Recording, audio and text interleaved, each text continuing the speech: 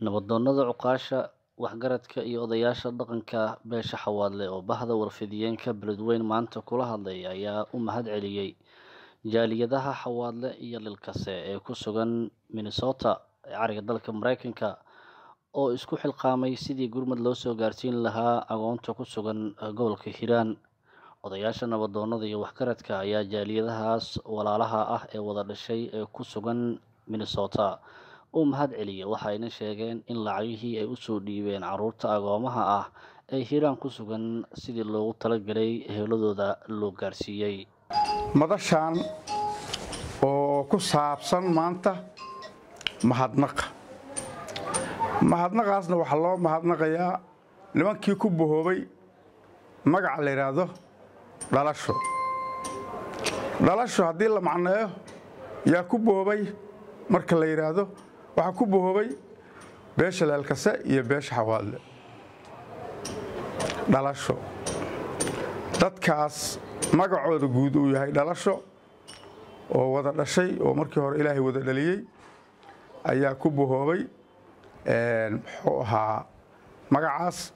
dadkaas marka ayaanu mahadnaqaynaa si guud iyo si gaar meel kastay joogaan, khaasatan dadka beeshaas aan labada beelood sheegnay deegaanka ku ah Mareykanka Minnesota.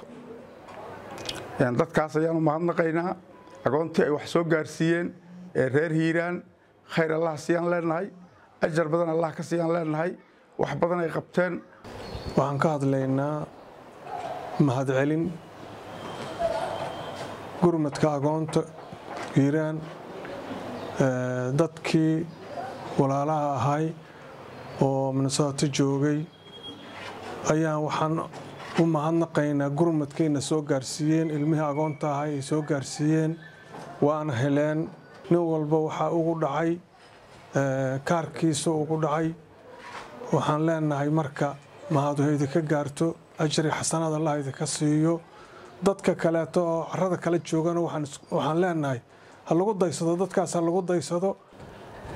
dadkaas walaalaha ah kuna midoobay wada dhalasho jaaliyadda Xawaadle iyo jaaliyadda Lilkase ayagoo ku midoobay wada dhalashadii isku imaadkooduna ahay gurmadka agoonta reer Hiiraan.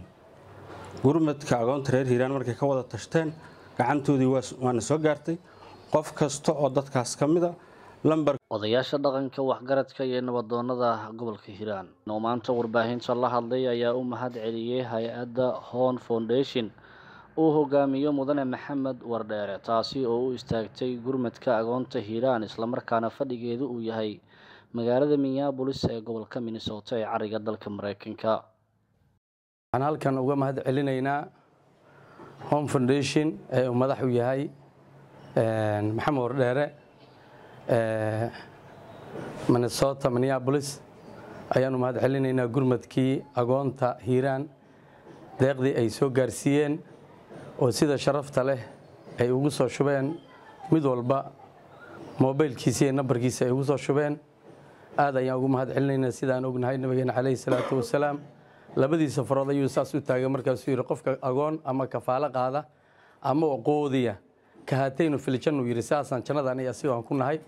sida ay agoonta ay ugu soo gurmadeen ayaan waxaan ugu mahadcelinaynaa 100% Ilaahay subxaanahu wa tacaala idinkana idiin soo gurmado. meesha aad joogtiin waa dhul maaragtay shisheeya. Ilaahay subxaanahu wa tacaala maaragtay idinku wanaajiyo, Ilaahay idinku dhowro.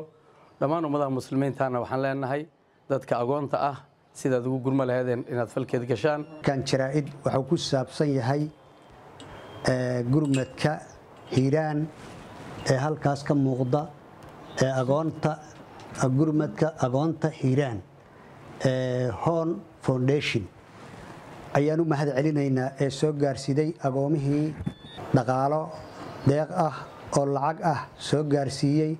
qof walbana agoontiisii iyo aabbayaalkood faraqa ugu riday waa u mahadcelinaynaa.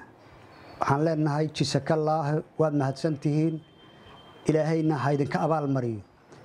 dadka agoonta wax tara waxaa naloo sheegay inay ajir badan leeyihiin. waxaan leenahay ajirkaas ilaahay ha idin gaarsiiyo maadaama odayaashii dadkaas abbayaalkood iyo adeeryaashood nahay way soo gaareen wixii aad u soo dhiibtiin waad mahadsantiin waxaan u mahad celinaynaa dadka islaamka ah oo u soo gurmaday agoonta bariga hiiraan ku dhimatay dadka u soo gurmaday islaamka ah mahad waa ka gaarto jisakallah saasaan leenahay wixii hadda ka dambeeyana sidaad u dadaasheen ilaahay hadii waafajiyo sidoo kale anagoo odayaasha deegaanka ahna waa soo dhaweynaynaa waana idin ka mahadnaqaynaa ninka la yiraaho muxuu ahaay maxamed cumar wardheere iyo jaaliyadda gobolka Minnesota gurmadkoodii dadkaas wax alla waxay soo gudbiyeen way gaareen annaguna